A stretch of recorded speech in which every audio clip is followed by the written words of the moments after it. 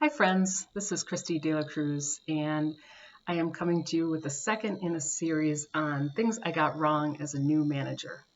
So today's video is about the mama bear phenomenon. And I was called a mama bear more than once in my career. And while I love the metaphor of a mama bear, I'm not a mom myself, but I kind of took some pride in the mama bear phenomenon.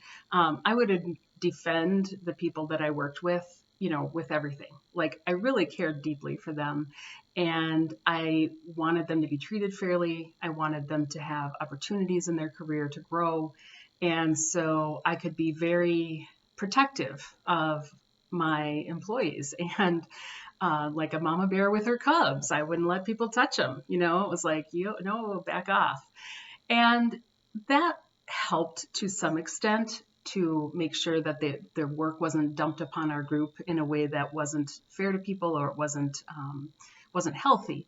However, sometimes people have to go out in the world and stumble a little bit to grow. And this was a hard lesson for me because I actually had a wonderful director at this time, Ugo. He was very supportive of me as a new manager and realized he let me make some of my own mistakes as well. And in retrospect, I can kind of see how he gave me enough ability to try a few things, knowing that, I probably needed to fail a couple of times before I understood how things worked. And so I would say that if you are a mama bear kind of manager like I was, and you care very deeply for your employees, that's great. And I'm sure they will appreciate that when they need you and you have their back. That's awesome. And at the same time, don't allow that to impede their growth.